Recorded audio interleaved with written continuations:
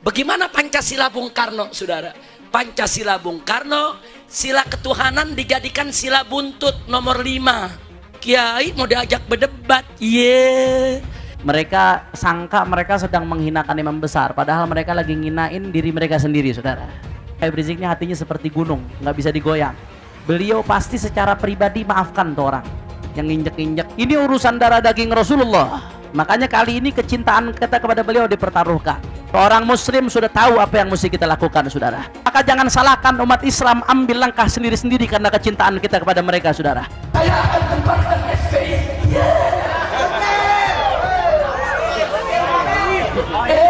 SBY presiden mau bubarin FPI, kita lawan. Mereka yang belum bisa. Ini menurut saya karena ada kekosongan kepemimpinan yang dapat menyerap aspirasi masyarakat secara luas. Adanya kekosongan itu, begitu ada pemimpin yang karismatik, katakanlah karismatik begitu, atau ada yang berani memberikan alternatif, maka orang mendukungnya. Ini suatu, jadi seperti masalah Habib Rizik itu adalah sesuatu indikator bahwa ada proses yang perlu diperbaiki dalam sisi demokrasi kita. Mempermasalahkan tentang SKT FPI, maka saya sampaikan, saya tanggapi di sini bahwa pihak-pihak tersebut adalah sesungguhnya orang-orang yang tidak mengerti tentang hukum dan tidak paham tentang hukum. Dan FPI sesungguhnya tidak peduli itu dan tidak mempermasalahkan SKT dikeluarkan atau tidak. FPI tidak peduli soal SKT-nya. Kalau kita kaitkan dengan kemarin ya statement Panglima TNI maupun kunjungan ke pasukan-pasukan elit, saya kira ada hubungannya dengan ini. Bagaimanapun kalau Panglima dapat perintah dari atas juga dia juga susah juga gitu loh. Buat Bapak Pangdam Jaya, Bapak Dudung Abdurrahman, ingat Pak, kita ini hidup di dunia sebentar Pak. Salah EPI apa? EPI tidak pernah maling uang negara, tidak pernah korupsi. Saya hanya pecinta Habib Rizik, pecinta ulama, pecinta EPI. Khawatir, nggak usah bingung. Mau 1000 baliho dicopot, 1000 baliho dibakar, nggak akan melunturkan cinta kita pada perjuangan Islam dan juga nggak akan bisa menghapus cinta kita kepada Habib Rizik Syihab. Sekarang saya mau ajak doa dulu, boleh? Jangan sembuhkan penyakitnya, biar dapat penyakit yang belum ada obatnya. Biar susah jalan hidupnya, biar dipecat dari tempat kerjaannya, biar ditinggal lari bininya, biar lakinya kawin lagi, biar anak-anaknya ngelawan sama dia, biar hidupnya tidak bahagia, nggak dapat anak keturunan yang solihin dan solehat, hidupnya hancur-hancuran, nggak ada berkah, susah tiap hari, sedih tiap hari.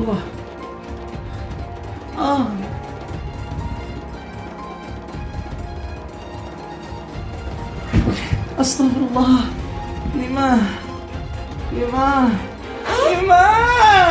Allahu Akbar, ya Allah.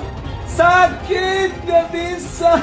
Allah. Untuk wilayah Petamburan, dari 15 orang yang diperiksa, sudah 7 orang positif COVID, termasuk Lurah Petamburan. Kemudian di Tebet, sudah terdapat 50 orang yang positif COVID.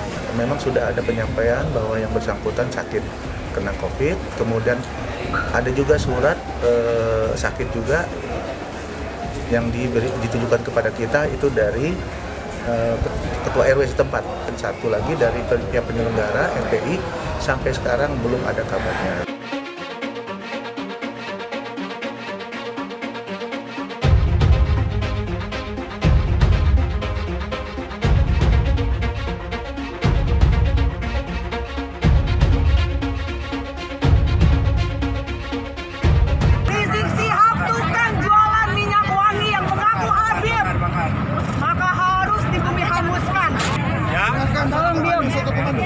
Manusia di foto ini adalah sampah.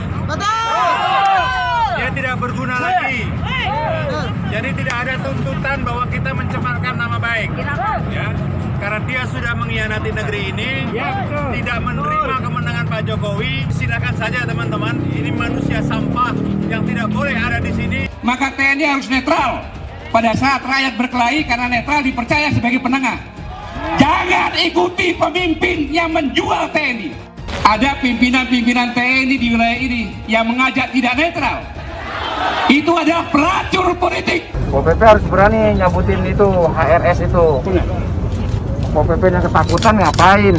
Saya dukung langkah yang dilakukan oleh Pangdam Jaya karena pasti tujuannya baik untuk republik ini, untuk negara ini. Siapapun yang akan mengganggu keselamatan jiwa masyarakat, saya akan melakukan penegakan hukum yang tegas dan akan melakukan upaya-upaya pencegahan.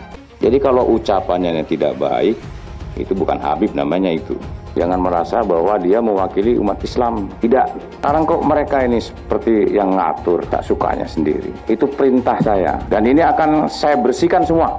Akan saya bersihkan. Tidak ada itu baleho-baleho yang mengajak revolusi dan segala macam. Jangan mengganggu persatuan dan kesatuan yang ada di wilayah Jakarta. Saya panglimanya. Kalau coba-coba mengganggu itu, akan saya hajar nanti. Jangan coba-coba pokoknya. Jangan coba-coba. Kalau perlu FPI bubarkan aja itu. Bubarkan saja itu. Ya. Tapi Anda yakin FPI tidak akan bisa dibubarkan? Karena kalau Front Pembela Islam dibubarkan, besok dibikin lagi Front Persatuan Islam. FPI juga. Front Persaudaraan Islam. FPI lagi. Makanya kita bangga. Begitu terjadi penghinaan terhadap Rasulullah, satu anak muda, saudara. Anak muda. Seorang muslim, dia nggak terima Rasulullah dihina. Apalagi negara mendukung penghinaan tersebut. Apa yang dia lakukan, saudara? Itu dia ambil pedang, dia tebas kepala gurunya, saudara. Silahkan dunia menganggap ini anak radikalis. Kami nggak peduli, saudara. Bagi kami, anak tersebut adalah pahlawan umat Islam, saudara. Negara dan bangsa ini dari ancaman dan gangguan musuh yang ingin mencapik-capik persatuan dan kesatuan bangsa. Berani, benar, dan berhasil. Mentaati seluruh ketentuan peraturan dan undang-undang. Dan kalau itu dilanggar, sanksinya di antaranya dapat diberhentikan. Depannya lagi apabila itu seperti gubernur sudah meminta ke polisi, TNI untuk bergerak kita. Dalam hal penjatuhan denda sebesar 50 juta rupiah yang telah dibayarkan oleh Imam Besar Habib Rizik Syihab memperjelas tidak adanya perbuatan pidana. Proses penyelidikan yang dilakukan oleh Kepolisian Republik Indonesia, Imam Besar Habib Rizik Syihab harus dinyatakan bukan peristiwa atau perbuatan pidana. Kami merasa malu dengan sikap Habib Rizik Syihab pada acara peringatan Maulid Nabi Muhammad yang tidak menyejukkan umat, namun justru memanas-manasi ucapan kotor di hadapan umat. Padahal Nabi Muhammad selalu memberikan teladan. Terpapar ya COVID, kita tunggu, namun sampai sekarang kita belum mendapatkan surat rekomendasi atau surat penyampaian dari gugus COVID itu sendiri atau mungkin rumah sakit setempat di mana yang bersangkutan diperiksa, kita belum menerimanya. Namun apabila memang tidak datang, ya ini hanya sebatas klarifikasi. Kita bisa menunda klarifikasi tersebut apabila yang bersangkutan sudah sehat. Demikian. Kita kerjasama sama dengan pihak kelurahan. Kelurahan kita koordinasi ke kecamatan, kemudian ke wali kota. Di pihak kepolisian juga membantu kita. Dishub itu ada kalimat mendukung kegiatan kita, bisa ditayangkan. Ini arahan, karena ada arahan ini kan kewajiban Pemprov DKI Jakarta. Gerakan umat untuk menghadiri Maulid Nabi sebagai wujud cintanya kepada Rasulullah begitu tinggi. Ditambah umat ingin kumpul dengan darah mengalir pada seorang habaib sebagai cucunya Rasulullah. Enggak ada ajakan. Mana ajakannya? Allah yang sehat, yang segar, yang punya kesempatan, rame-rame kita ke sana insya Allah. Insya Allah hari Sabtu, malam Ahad, kita akan bikin maulid di Petamburan. Sekaligus insya Allah saya akan menikahkan putri saya yang keempat. Gubernur dapat diberhentikan bahwa dengan dipanggilnya Gubernur DKI diperiksa 10 jam bahwa dia akan jadi sebagai tersangka, itu Gubernur bisa diberhentikan. Bahkan Gubernur datang semacam menyambut ya kedatangan di hari pertama Saudara Rizik Syihab datang.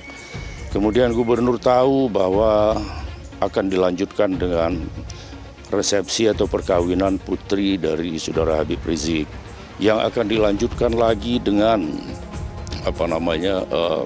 peringatan Maulid Nabi. Tahu bahwa pemerintahan ini tidak terlalu suka dengan Gubernur Anies Baswedan gitu ya. Dan ini agak aneh juga undangan klarifikasi seperti sekarang ini kemudian ada BAP-nya gitu ya. Ini kan mau mempermalukan namanya. Misalnya terkait dengan pilkada di Jawa Tengah, di tempat-tempat lain dan hanya merupakan satu himbauan. Tetapi kepada Gubernur Anies Baswedan diperlakukan lain. Ini adalah sebuah sikap yang diskriminatif menurut saya. Mencari-cari kesalahan dari Anies Baswedan karena ketidaksukaannya kepada yang bersangkutan. Itu menurut saya tidak bagus. Masa ini di luar perkiraan kita gitu. Sebenarnya undangan resmi hanya tidak sampai 30 orang. Kita protokol kesehatan. Kita lakukan uji swab lurah dari Petamburan positif ya atau reaktif yang sekarang sudah kita rujuk ke rumah sakit Kramat Jati di pasal 93 di Undang-Undang Nomor 6 tahun 2018 tentang karantina kesehatan. Kita ketahui bersama bahwa Jakarta ini masih PSBB masih berlangsung, bahkan diperpanjang PSBB masa transisi. Prof DKI bekerja berdasarkan peraturan yang ada. Ketika kita mendengar kabar ada sebuah kegiatan, maka secara proaktif mengingatkan tentang ketentuan yang ada. Dan ini dilakukan oleh Jakarta. Maka pelanggaran itu ditindak sesegera mungkin. Dalam waktu kurang dari 24 jam, Pemprov DKI menegakkan aturan. Artinya yang melanggar ya harus ditindak. Itulah yang kita lakukan. Ada lonte hina Habib. Sampai lonte ikut-ikutan ngomong.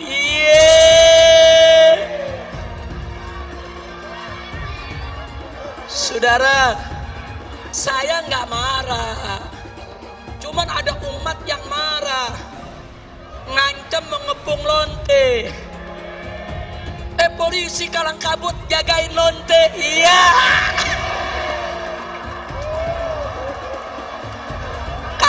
Kacau. Lonte hina Habib digagak polisi. Ditangkap enggak? Dijagain. Jangan-jangan minta jatah kali. Jadi ketika bicara mengingkari janji atau tidak, maka lihatlah janjinya. Janjinya apa? Kenyataannya apa? Jadi pemimpin itu berpihak dulu. Ada keberpihakan. Dari keberpihakan dibuat mekanisme aturannya.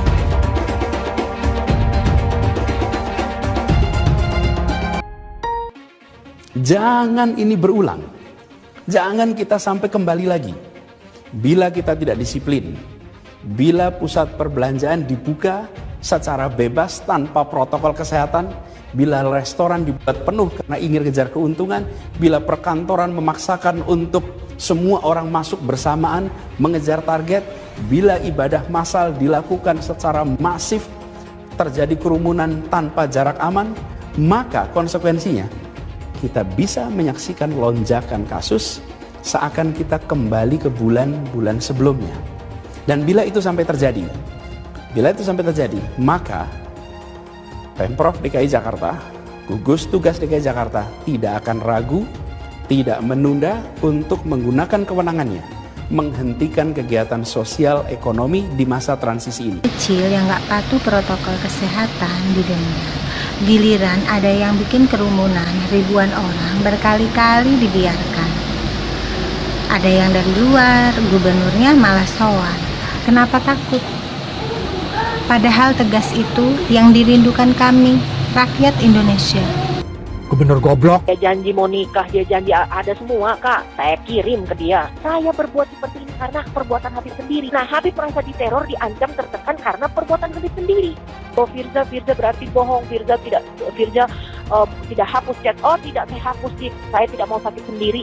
Begitu. Habib Rizik Syihab, mereka adalah penista agama, sudah dilaporkan bertahun-tahun, tetapi tetap saja tidak ditangkap oleh polisi karena polisi takut oleh umat mayoritas agama Islam. Saya tekankan sama kau, ya, Kau coba-coba bermain rasis, radikal, kau camkan itu kadrun, saya sampaikan. Saya mengajak seluruh elemen masyarakat, mari kita bersatu, berkumpul untuk mengusir FPI. Sudah saatnya kita bertindak, karena selama ini kita membiarkan mereka merajalela, bertindak seenak-enaknya, sesuka hatinya. Saya mengatakan perang dengan FPI, bubarkan FPI. Mari kita bersatu semuanya, bergerak untuk mengusir FPI dari Indonesia. Si Risi Gundruwo, para pengikut-pengikutnya semua adalah itu si Risi Gundruwo imam apa? Imamnya FPI, tidak usah macam-macam. Lihat apa yang dilakukan front penghancur Islam. Lihat dengan ngancur-ngancurin sana sini. Pancasila Soekarno, ketuhanan ada di pantai. Anak Tuhan dari mana? Kalau Yesus anak Tuhan, bidangnya siapa? Besok di seluruh wilayah Indonesia akan katakan Padahal dia minoritas. Dia mulai. Kau pertama kafir, kedua goblok. Kitab Bible Kristen itu bohong. Saya bukan mengatakan Bible Kristen fiksi. Bible Kristen itu palsu. Karena di salib itu ada jin kafir. Karena di salib itu ada jin kafir. Karena di salib itu ada jin kafir. Haleluya. Kemudian na'udzubillah min dzalik. Anda pilih orang kafir, berarti Anda telah menyerahkan urusan umat Islam ke tangan orang kafir. Gus Dur itu buta mata juga buta hati. Jarang, saya belum pernah nengok Cina kerasukan setan. Pernah tak Ahok itu kerasukan setan? Enggak, setannya juga benar. Karena sesama setan dilarang saling menggoda. Saya nggak pernah mundur untuk kebenaran, keadilan, kejujuran. Dan peri kemanusiaan, gue nggak pernah mundur. Dan gue nggak pernah takut juga sama lu. Siapapun yang rasis, gue akan hadapin. Gue bilang. Karena rasis itu dia berperi kemanusiaan. Karena saya ditanya dulu kan, kamu nyesel nggak statement kamu di Pulau Seribu sehingga masih masuk penjara? Tidak pernah nyesel. Karena saya mengatakan kebenaran. Kalau itu ada ormas yang seperti itu, ya kita gebuk. Gebuk kita tendang. Sudah jelas itu. Jangan ditanyakan lagi. Hai teman-teman, saya mau memperlihatkan transaksi saya hari ini lakukan trading di eToro. Ini bukti transaksi saya untung $4.500 US, itu sekitar 68 juta rupiah. Semua keuntungan bisa saya dapatkan dengan fasilitas copy trading di eToro. Kalau saya bisa, kalian juga bisa guys. Oke, itu yang mau saya tunjukkan. Like video ini sekarang juga dan gunakan link di kolom deskripsi, maka kalian berhak dapat bonus kalian. Promo ini ada masa waktunya, jadi jangan ketinggalan. Bukan cuma itu saja, transaksi tidak dikenakan fee, baik itu investasi saham, trading forex, komoditas, bitcoin, dan lainnya. Kalian bisa melakukan transaksi berapa kali pun atau unlimited trading. Dan tidak ada fee sama sekali. Jika transaksi di tempat lain sudah berapa fee-nya. Setelah nonton video ini, ayo bergabung dengan eToro hari ini, gratis dan tidak ada minimal deposit. Pastikan kalian menggunakan link di kolom deskripsi untuk mendapatkan welcome bonus. Kalian bisa menggunakan bonus $100.000 di akun virtual untuk latihan. Bukan cuma itu, kalian akan dapat kelas trading online gratis senilai 3 juta rupiah atau $200 jika kalian deposit di bulan ini. Selamat menonton guys, enjoy! Hai semua, dengan saya Jonas Leong. Terima kasih banyak buat kalian penonton setia yang selalu menonton di channel ini.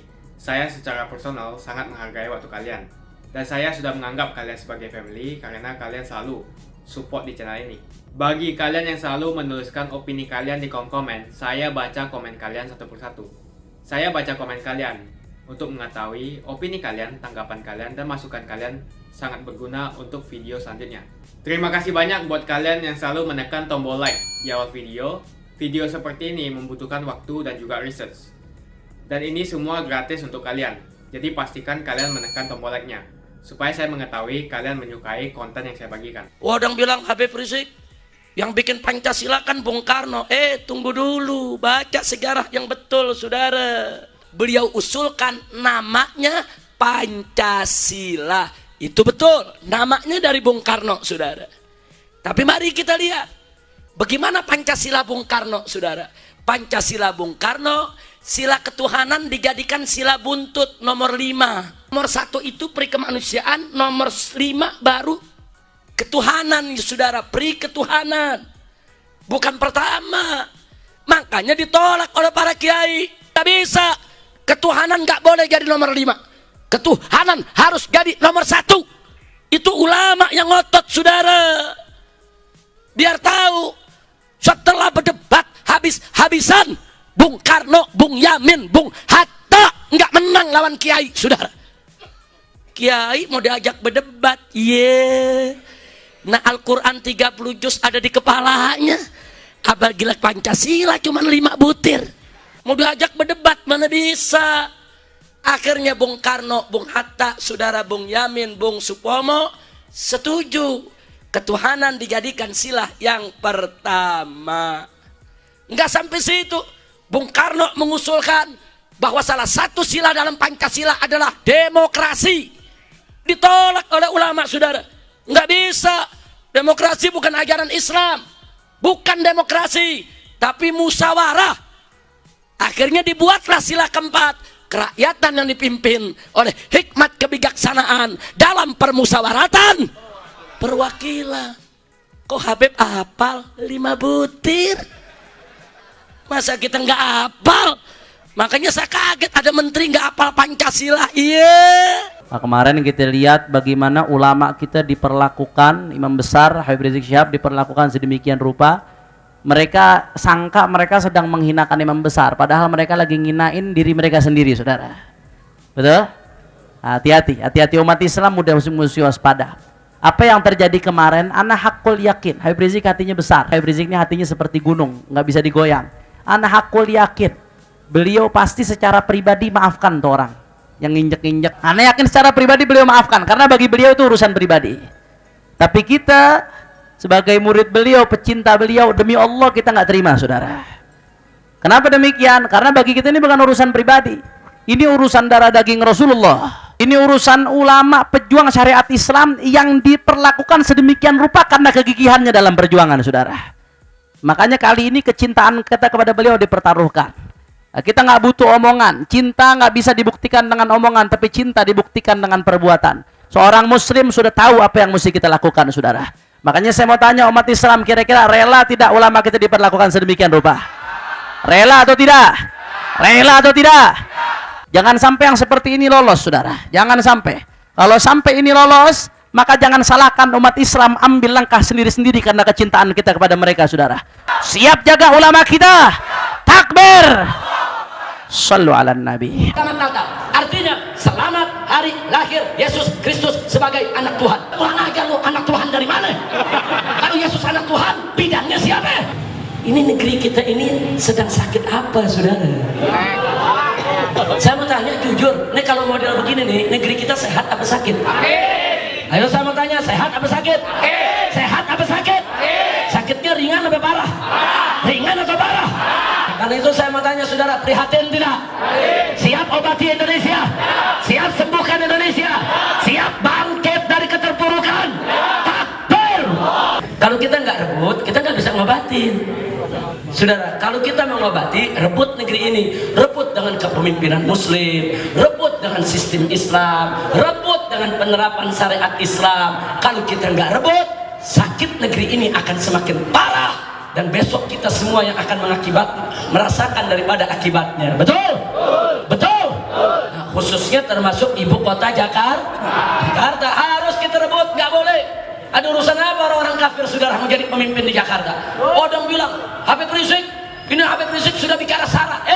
Saya bukan bicara syarat, saya bicara kewajiban agama yang dilindungi dan dijamin oleh Undang-Undang Dasar 1945. Kita dijamin bahwa setiap warga negara Indonesia berhak untuk menjalankan ibadah sesuai dengan keyakinannya masing-masing. Dan bagian daripada ibadah kami nggak boleh dipimpin oleh orang kafir. Betul? Betul? Jadi saya mau tanya saudara, ini syarat atau kewajiban agama? Syarat atau kewajiban agama? Enak yang ngomong Habib Rizik syarat, mulut lu bojekol. Ngomong dikit-dikit syarat, dikit-dikit syarat. Kita bukan bicara syarat, kita bicara Al-Quran, kita bicara hadis, kita bicara ajaran Islam. Kita nggak bicara syarat, saudara. Kita nggak mau dipimpin sama orang kafir, titik. Betul? Betul? Kalau kita bicara sama orang di luar Islam, bicara aja terus terang, kenapa sih? Jangan pakai muter-muter. Ketemu orang kafir ditanya, bagaimana nih kalau orang kita jadi pemimpin? Oh begini ya, begini ya, begini. Kalau begini nggak boleh, udah. Jangan nih, kadang-kadang kita nggak enak, takut tersinggung, lalu mau menyan. Mempermasalahkan tentang SKT-FPI, maka saya sampaikan, saya tanggapi di sini bahwa pihak-pihak tersebut adalah sesungguhnya orang-orang yang tidak mengerti tentang hukum dan tidak paham tentang hukum. Karena sudah jelas di putusan MK nomor 82 tahun 2013 mengenai Undang-Undang Ormas, Undang-Undang nomor 17 tahun 2013 dijelaskan bahwa SKT itu pada poinnya adalah sifatnya sukarela, artinya tidak wajib. Dan FPI sudah berbaik hati selama ini hampir 20 tahun mengurus SKT tersebut dan tidak ada masalah. Dan beberapa waktu terakhir ini kita dipersulit karena persyaratan sudah kita penuhi semua, akan tapi masih belum dikeluarkan, bahkan malah dipermasalahkan. Dan FPI semuanya tidak peduli itu dan tidak mempermasalahkan SKT dikeluarkan atau tidak, karena SKT itu hanya untuk mempermudah mendapatkan dana dari pemerintah, bantuan. Dan FPI selama ini tidak pernah mendapatkan dan meminta bantuan dari pemerintah soal dana tadi. Itu jadi FPI tidak peduli soal SKT-nya. Kayak Jakarta ini ada 3 unsur yang paling berkompeten ya. Yang pertama itu Pemda, Gubernur DKI, lalu yang kedua Polda Metro Jaya dan Pangdam Jaya. Unsur inilah yang sangat bertanggung jawab. Nah, dalam konteks menanggulangi, udahlah kita jelaskan saja lah bahwa yang kita rembuk ini kan FPI yang dipimpin HRS, udah itu saja, jangan kita lari kemana-mana, udah pasti itulah yang dimaksudkan. Yang pertama kan misalnya soal baliho. Baliho itu ada perdanya, tempatnya di mana, ukurannya mana, pajaknya berapa gitu. Tidak bisa sembarangan gitu kan. Nah, kalau itu salah ya diturunkan, dipasang lagi, turunkan lagi, dan itu cukup Satpol PP gitu kan. Nah, kalau sudah terbukti dalil-dalil itu melanggar aturan, karena perda itu juga ada konsekuensi hukumnya, tentu diusut oleh Polda Metro. Nah, apakah fase-fase ini sudah dilewati? Kalau sudah dan gagal semua, katakan nggak tembus semua, barulah TNI ngambil alih. Dan itu sudah ada contohnya waktu saya Panglima, peristiwa 27 Juli itu, daerah Polda dianggap sudah tidak sanggup lagi, maka Panglima memerintahkan saya ngambil alih. Kan gitu ceritanya itu.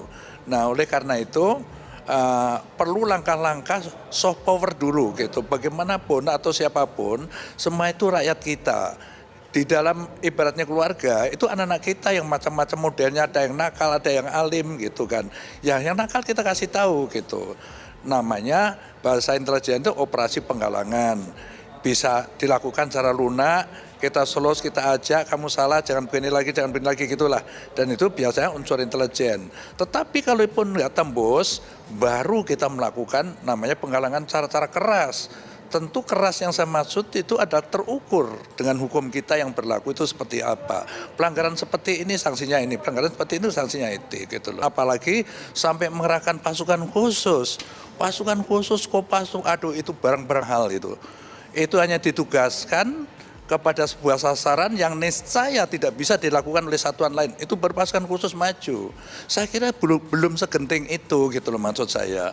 Ya, tindakan apapun sekali lagi harus terukur, jangan berlebihan gitu kan.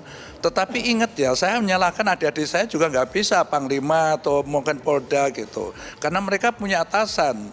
Kalau kita kaitkan dengan kemarin ya statement Panglima TNI maupun kunjungan ke pasukan-pasukan elit, saya kira ada hubungannya dengan ini. Bagaimanapun kalau Panglima dapat perintah dari atas juga dia juga susah juga gitu loh.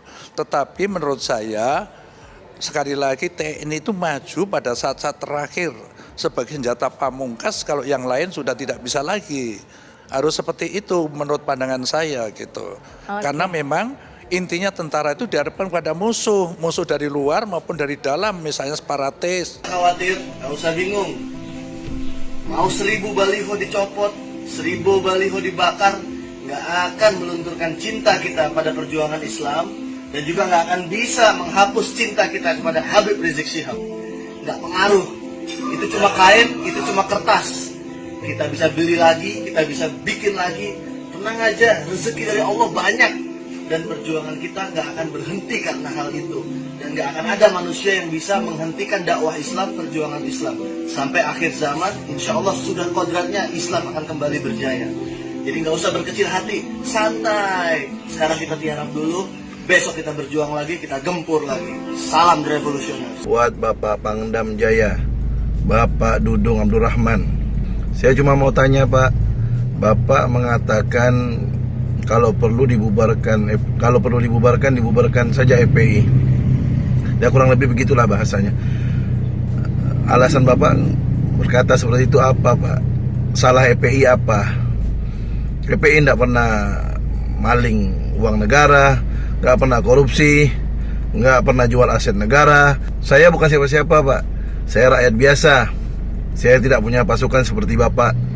Saya hanya pecinta Habib Rizik, pecinta ulama, pecinta FPI, cinta Islam dan cinta negara kesatuan Republik Indonesia. Kalau ada oknum FPI yang melanggar aturan, ya maka oknum tersebut yang diproses hukum. Kan Bapak sendiri yang mengatakan negara ini negara hukum. Seperti TNI Polri, kalau ada oknumnya yang melanggar hukum, ya kan oknumnya yang diproses, bukan TNI Polri-nya yang dibubarkan. Begitu juga FPI, bukan FPI yang dibubarkan, oknumnya yang diproses hukum. Ingat Pak, kita ini hidup di dunia sebentar Pak. Saya, Bapak, dan kita semua manusia bakal mati Pak, bakal meninggal dunia. Semuanya tinggal, jabatan tinggal, harta tinggal, rumah tinggal, kendaraan tinggal, bahkan keluarga, anak istri tinggal semuanya Pak. Maka tinggalkanlah kenangan baik, jangan tinggalkan kenangan buruk. Saya ingin sampaikan bahwa TNI adalah bentengnya persatuan dan kesatuan bangsa. Oleh sebab itu, dengan profesionalisme kalian, maka kalian harus siap untuk diterjunkan dalam rangka melawan musuh yang mencabik-cabik benteng persatuan dan kesatuan. Yang nggak skip dan nonton video ini sampai habis. Saya secara personal sangat menghargai waktu kalian. Makasih banyak buat kalian yang sudah tekan tombol subscribe, dan makasih banyak buat kalian yang sudah tekan tombol loncengnya. Jangan lupa bagikan informasi ini ke teman atau family Anda. Mungkin teman atau family Anda membutuhkan investasi ini. Oke guys, sekian dulu dari saya. Jangan lupa follow Instagram saya di @johannesleongofficial untuk kata-kata motivasi setiap harinya. Bagi kalian yang termotivasi nonton video ini, ayo like video ini dan subscribe di channel ini. Dan buat kalian yang sudah subscribe di channel ini, jangan lupa tekan tombol loncengnya supaya kalian mendapatkan notifikasi setiap kali saya upload video. Hai teman-teman, terima kasih banyak buat kalian yang sudah menekan tombol join atau sudah bergabung di channel YouTube Jonas Leong.